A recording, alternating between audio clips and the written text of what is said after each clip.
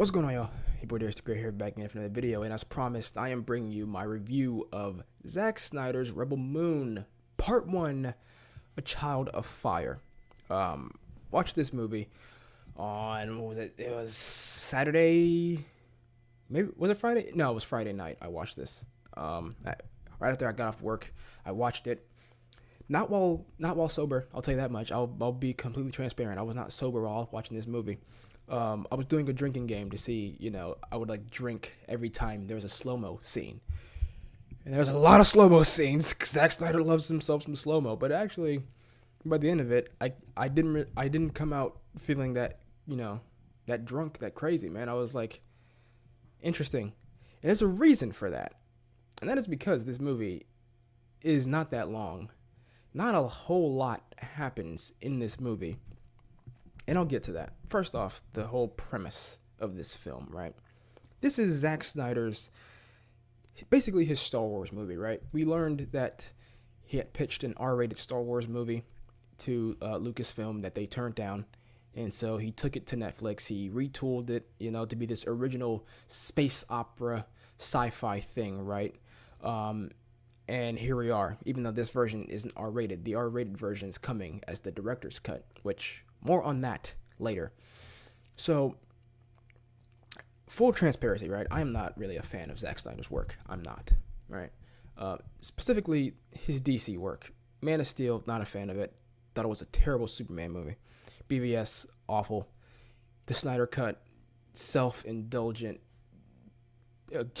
Don't get me started on that. Did not like it.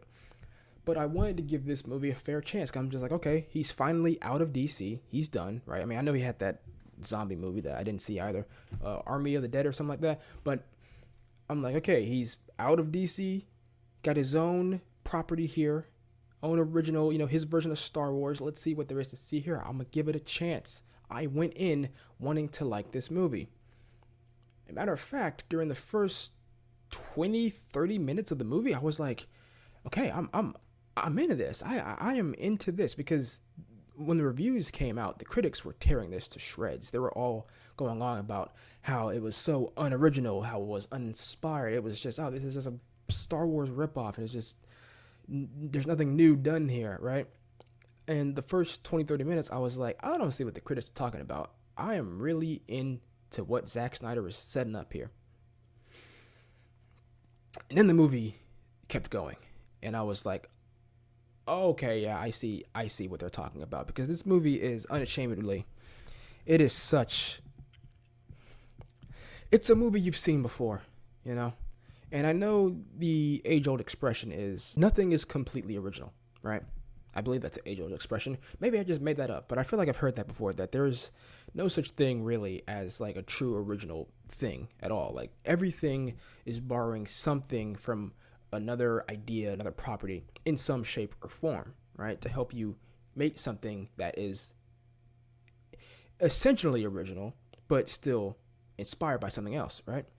But in trying to make an original space opera, and this original sci-fi franchise is going to be, there's going to be this huge thing. It's going to be comics. It's going to be games. It's going to be huge.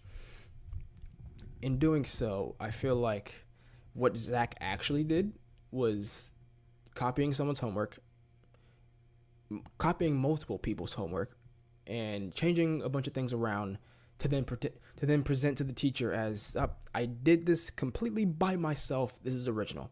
Because so many times during this movie, I was just like, that's from that, and that's from that.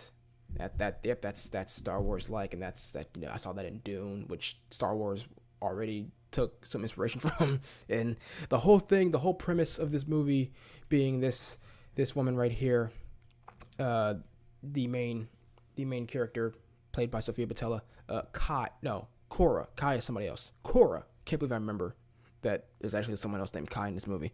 I think Kai is Charlie Hunnam, I think. But Cora, she's on this planet, and she's got to round up all these warriors to help defend this planet, this like little village that she's on, because they can't defend themselves from these evil overlords, the Imperium. They're basically the Empire from Star Wars, who we already know are kind of like, space Nazis. But in this movie, in Rebel Moon, the Imperium, they're I can't even say it. They are legitimately space Nazis just by the way they look. Like they got the hats, the trench coats, the I'm like Zack, bruh, what are you doing? It's crazy. But yeah, the story of her getting these warriors to help protect this village is basically the seven samurai, right? It's so Seven Samurai it hurts. Matter of fact, which is funny because like the Mandalorian season 1 had a Seven Samurai episode, and then an episode of Clone Wars had that too. So it's just like I get it, it's such an inspirational thing, but to base your entire movie around this, to base your entire franchise around this idea, I'm just like, okay. Now, let's talk about the action, right? The action. Zack Snyder is known for his action, right? BVS, that warehouse scene, is known for being one of the greatest action sequences in any superhero movie, right? Definitely like the best Batman live action sequence. The action in this movie, though, I've got to say, when it's not bogged down by slow-mo, I think it's pretty decent, but it's not.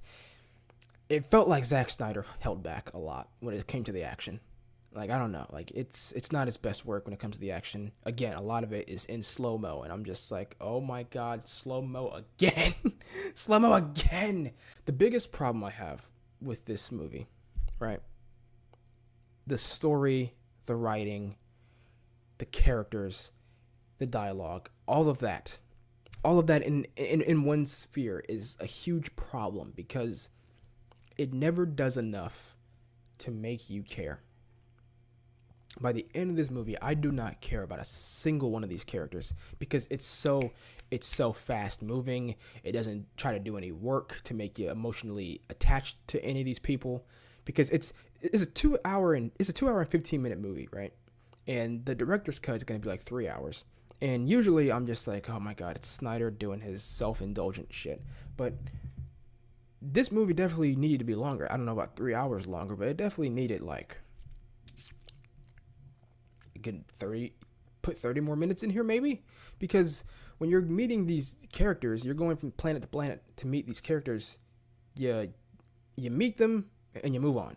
Like it does nothing to make you actually care about them. Like one of the characters, this lady with the hat who has the fake lightsabers.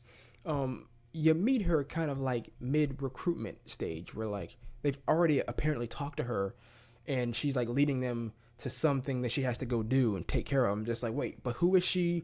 What is going on? Where are we?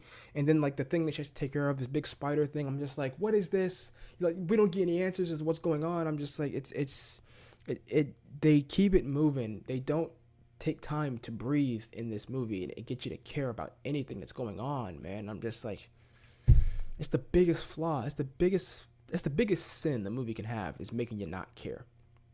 It's one thing if you're watching it and you're just like, this is bad. This is like absolutely awful.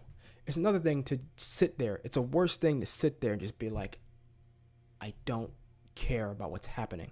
It's the biggest sin any movie can have, in my opinion.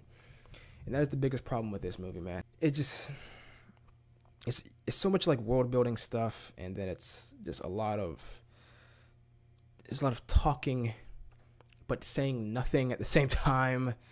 And overall, man, I hope